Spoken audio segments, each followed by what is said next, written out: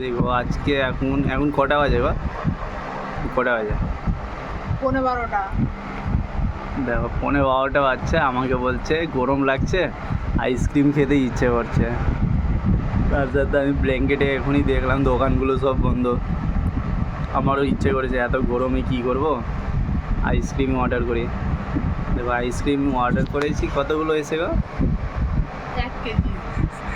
1 KG খেতে পারো তুমি?